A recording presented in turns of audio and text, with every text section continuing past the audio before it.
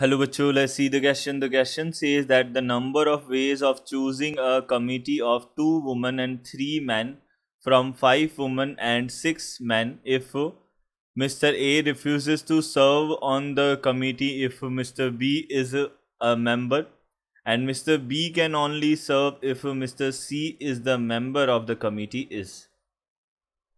देखिए यहाँ पे हमारे पास क्वेश्चन है number of ways of choosing a committee.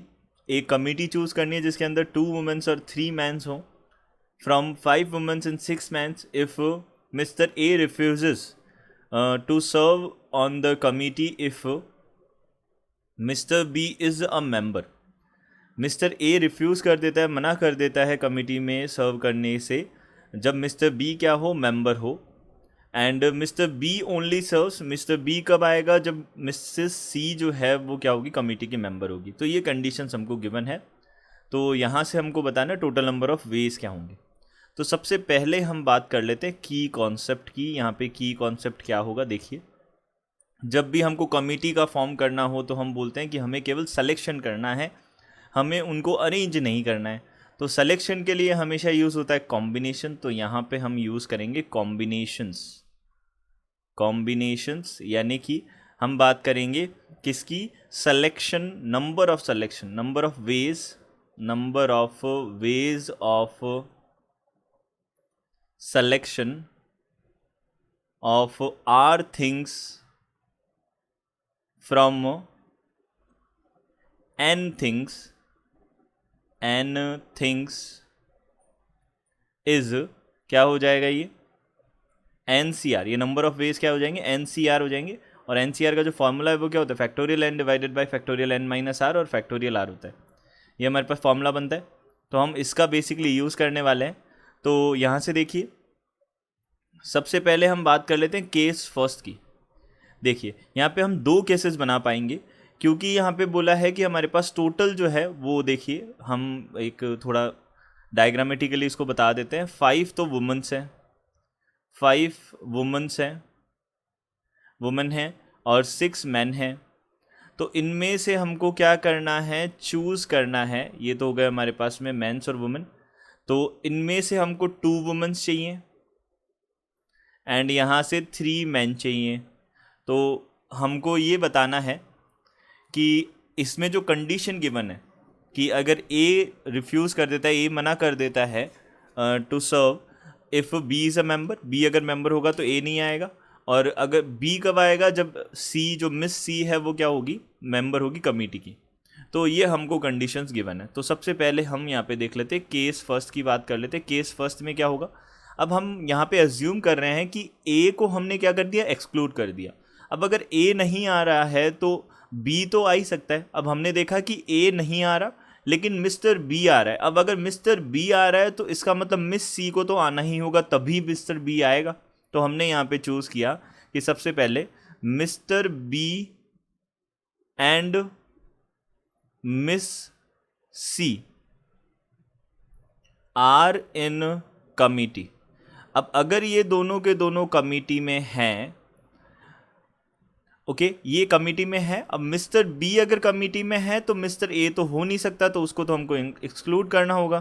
तो and mister A is excluded, ये एक्सक्लूडेड है। अब समझिए कि अगर मिस्टर बी और मिस सी अगर आ रहे हैं तो इसका मतलब हमको 5 वुमेन्स नहीं है अब हमारे पास, क्योंकि एक वुमेन फिक्स हो गई कि वो तो आएगी ही। तो अगर मिस सी आ रही है तो हमारे पास वुमेन्स, हमारे पास 4 बची और उनमें से हमको केवल एक वुमेन चाहिए।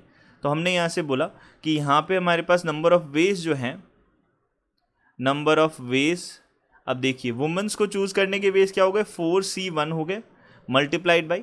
अब देखिए यहाँ से मिस्टर बी अगर हमारे पास में क्या है, आ रहा है, तो हमारे पास मेंस जो हैं वो बचेंगे। मैन जो है वो कितने बचेंगे, हमारे पास 5 मैन बचेंगे। और हमको कितने चाहिए, अब एक तो हमारा फिक्स हो गया, अब हमको 2 और चाहिए। तो हम यहाँ से बोल सकते हैं ये हो जाएगा 5C और यहाँ से कितना आ जाएगा, 2 आ जाएगा। अब हमने बोला ये कितना आ गया, 5C 2 आ गया। तो यहाँ से हमने बोला 5 जो मैन है उनमें से तो 2 चाहिए हमको, और जो 4 है उनमें से कितने चाहिए हमको, उनमें से हमको, अब देखिए अब इसमें भी हमको देखो 5 नहीं ले सकते क्योंकि ए तो एक्सक्लूड कर दिया ना हमने, तो हम 4 ही ले सकते हैं क्योंकि हमारे पास मेंस कितने बचे, 4 ही बचे, क्योंकि ए भी नहीं आ रहा, ए नहीं आ रहा और बी आ रहा है। तो इसका मतलब हमारे पास बचे कितने अब सिलेक्शन के लिए, 4 बचे, और उनमें से हमको कितना लेना है, केवल 2 लेने हैं।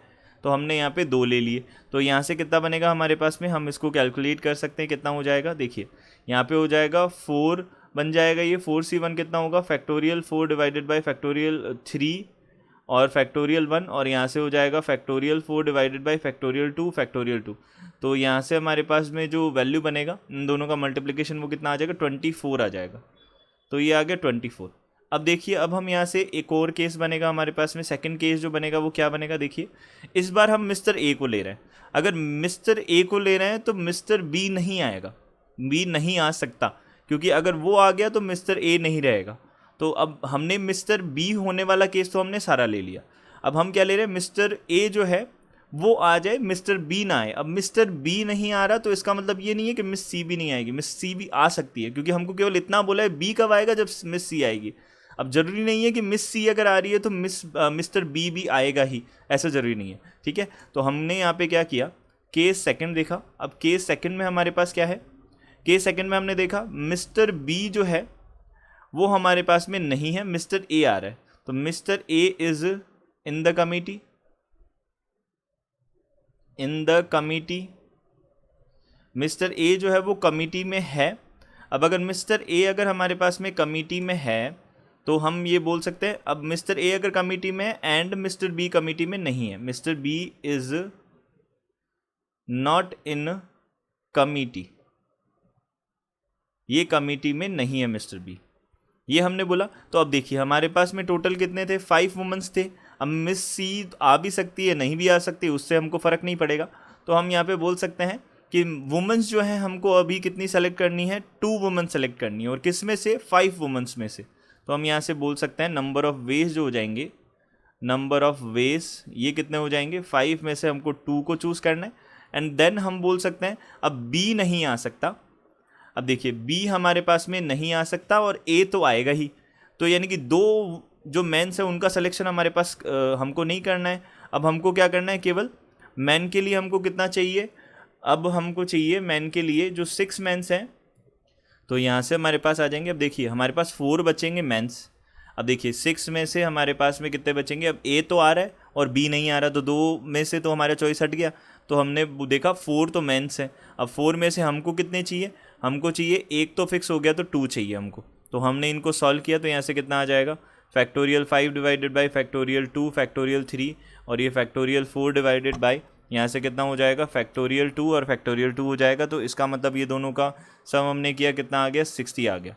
अब यहाँ पे एक केस और बन जाएगा, केस थर्ड क्या बन जाएगा, अब ऐसा भी तो हो सकता है कि ए और बी दोनों ही ना आए, तो हम ऐसा भी केस बना सकते हैं और कमिटी फॉर्म कर सकते हैं। Mister A and mister B both are